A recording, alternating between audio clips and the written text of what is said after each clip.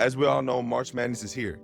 Under a week, the time is ticking, and we know the headliners, AJ Dybantsa, Darius Acuff, Darren Peterson, the big performers, the guys who will win us a championship. But the guys who help us get there are the highlight of this video. In this video, we are breaking down the 8 X factors that will take teams from early second-round exits to potential Elite 8 and Final Four teams. Without further ado, we're going to get into the video. My name is Trenton Gibson. I'm a former college Division I guard, current professional point guard, and welcome to the program, man. Getting into number 1, we have Billy Richmond III from my favorite team, the Arkansas Razorbacks. He is a late season bloomer. He started the season coming off the bench, but now he is a starter. Him paired with Trayvon Brazile, but I like Billy Richmond III because he brings athletic slashing, he brings defense, and that's what this Arkansas Razorbacks team needs.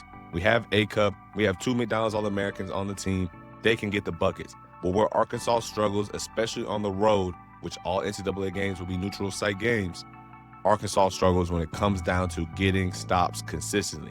That is the difference between a Sweet 16 appearance and a first-round upset. I'm trying to tell you, Arkansas will probably be that 5 line, and that 5-12 seed is something we will cover in another video later in the week, is the most dangerous matchup. So Arkansas needs Billy Richmond III to come in, slash, get his points, yes, but we need athleticism on the boards. We need defense. And in the NCAA tournament, I've spoken about this before, it's not about the three-point shot, and he's not a three-point shooter.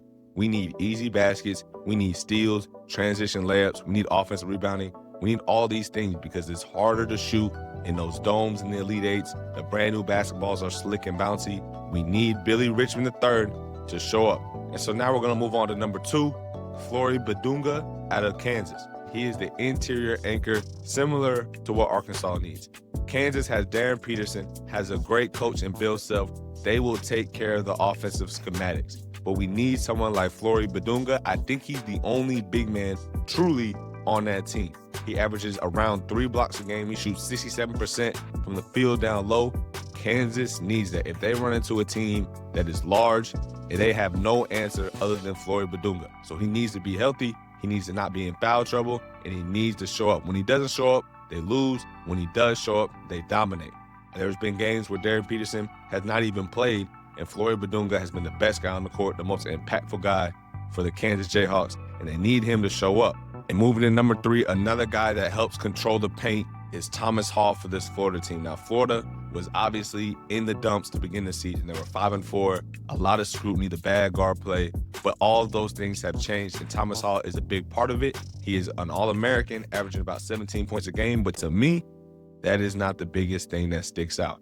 Him in the front court for Florida are dominating the glass, dominating the game, and that is why they won the SEC. That's why they could be a title favorite, because in the NCAA tournament, physicality wins. Thomas Hall is very physical. Florida gets 43% of their misses back, 43% offensive rebounds. That is big time in March. We need that. He is 6'9". He can score from the perimeter, the post. If Thomas Hall shows up, it supports that backcourt who's come along. The front court will support him. We need Thomas Hall, SEC homer here, to help us keep the name. And so now we're going to move on to number 4, another older veteran type player. We have Kylan Boswell out of Illinois. Now, he was a transfer from Arizona, but I like him as a steady hand. This Illinois team is a high-powered offense, can struggle a little bit on defense, but Kylan Boswell is their glue guy. Obviously, everybody talks about Keaton Wagler, the amazing offensive production, but he's not very good defensively. He is a freshman, and we're getting into big-time moments. Kylan Boswell has been there, so he needs to be the guy steadying the offense, filling in the holes, whether it's him playing in the dunker spot, being able to knock in threes, get his team easy baskets just like Billy Richmond can. Kylan Boswell is the key to success for the Illinois Fighting Illini. I think they can go far if Kylan Boswell shows up. If they are leaning on Keaton Wagler, I like this team to be gone in the first weekend, maybe the Sweet 16, but I do not see a path if it's not Kylan Boswell showing up for the Illinois Fighting Illini. And staying on the topic of guys needing to show up, we're moving on to Michael Brown out of Louisville. Now, I was a big Louisville fan. I have said that all throughout this channel. I really believed in Louisville coming in. We had Ryan Conwell, a lot of transfers, and Michael Brown was supposed to be the cherry on top. He is an elite playmaker, but at times this season, physicality has overwhelmed him.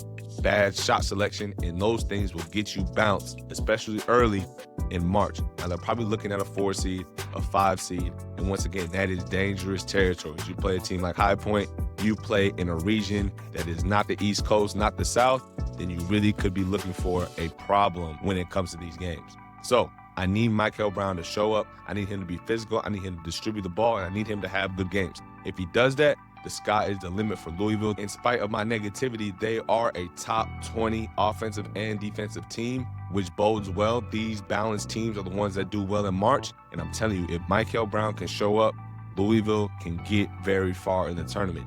If he does not, if teams are able to put that physical pressure on him, slow down their offense, slow down the continuity of the offense, then I think there will be a problem for the Louisville Cardinals.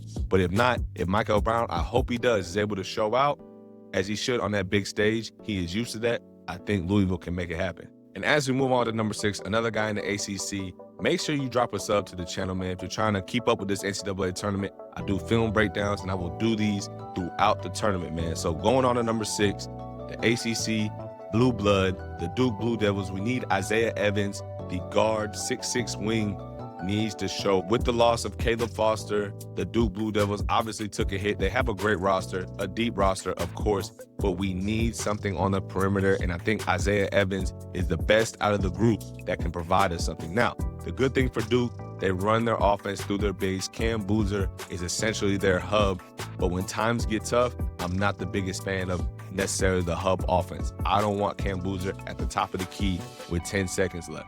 I want some movement. I want things happening, and then we can get to Cam Boozer. Cam Boozer, in my opinion, is a good hub, but he's great as a finisher in college basketball. And so we need someone like Isaiah Evans to be able to get downhill, move off the ball, knock down shots, and be the explosive player that he is. And if he's able to knock down these shots, the game will be broken open. And once again, Duke should be the favorite to at least be a Final Four team and win the championship. So that moves me to number 7, another ACC team. We're going to go with Mr. Ugonna out of Virginia. I'm not going to try to pronounce that last name, man, but the Virginia Cavaliers, led by Belgian man Taz de Ridder.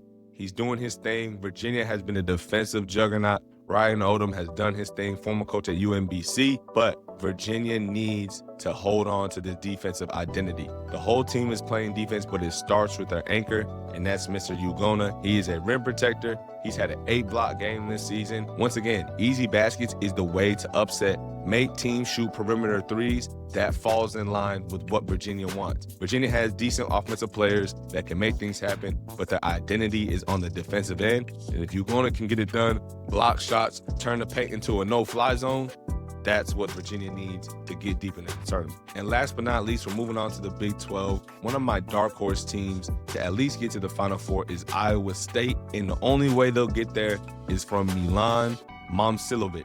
Okay, 2 hard names to finish the video out, but that's neither here nor there. He is a stretch 4, 6'9", elite shooter of the basketball. The one thing Iowa State does struggle with, great defensive team, but they struggle with knocking down shots consistently. So we need Momcilovic to make these shots. We need him to be effective, and I've seen games this year when he's effective, when he's hitting shots, it looks so silky. He can put it on the floor, get to the mid-range, finish at the rim. Obviously, like I said, he is 6'9", and him being able to knock down shots obviously pulls other bigs out of the paint, which allows for easy baskets, which is the theme of the game for March Madness. So I do like Iowa State as a sneaky 2 seed.